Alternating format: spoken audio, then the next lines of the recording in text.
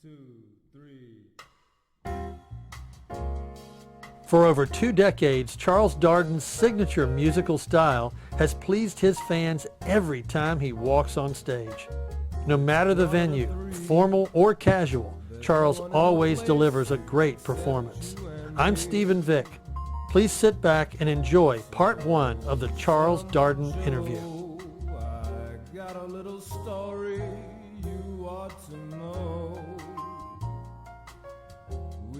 Tell us a little bit about your inspiration, and then we'll start into the project that you're getting ready to do. A lot of people know me for singing music like Sinatra music and the music of Cole Porter and Gershwin and all that, Sure. highbrow kind of music. But really, my first musical influence was Elvis Presley, because when I was growing up as a child with my mother and my sisters, those were the albums we had. We had a box of Elvis records, and I just started to delve into them. Yeah. All these vinyl records, and so that was my first really musical hero. I became really obsessed with it as a child. I learned all of these songs, and I remember I made a guitar out of a tennis racket. Put on concerts for my mother and my sisters, and I would sing all these, That's All Right Mama, and all these Elvis songs, and that's when I first started to sing. And a lot of people know that about me. Everybody knows I do the Sinatra and the Harry Connick Jr., but they don't know about, that's really where it started for me. And also, growing up with, I have 7 older sisters. So, growing up in the mid to late 70s, they would listen to everything from Steve Miller Band to Ted Nugent to Leonard Skinner, to all this Kansas and Boston, all these. Yeah. So that's the music I really grew up on. And Stevie Wonder from the 70s also, which is somebody I came along and rediscovered later on in my listening career, because really what I did was I began to listen to music really intensely when I was about I guess 15 or 16.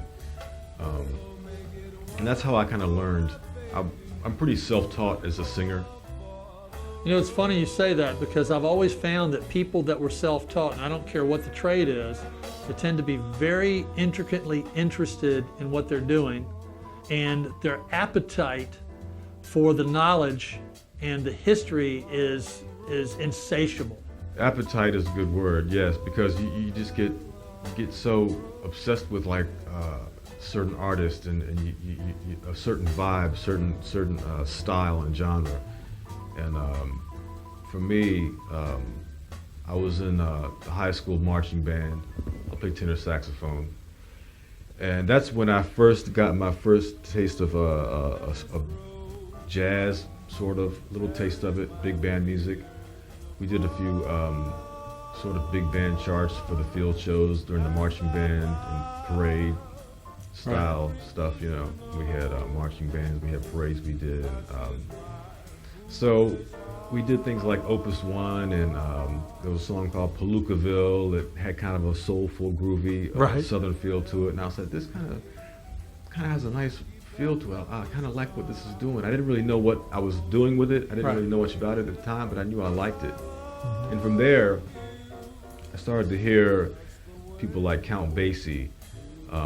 I would listen to WHRO and some of the way to the left of the dial radio, the big band station.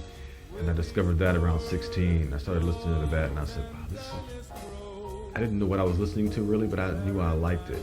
And I knew I wanted to learn more about it. And then, speaking of the 80s, which was really my formative years, I guess,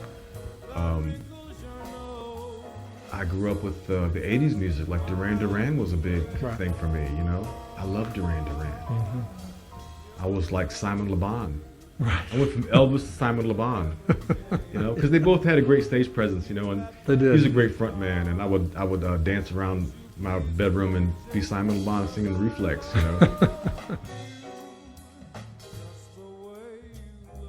For more information about Charles Darden, contact him on Facebook or at 757-880-5367.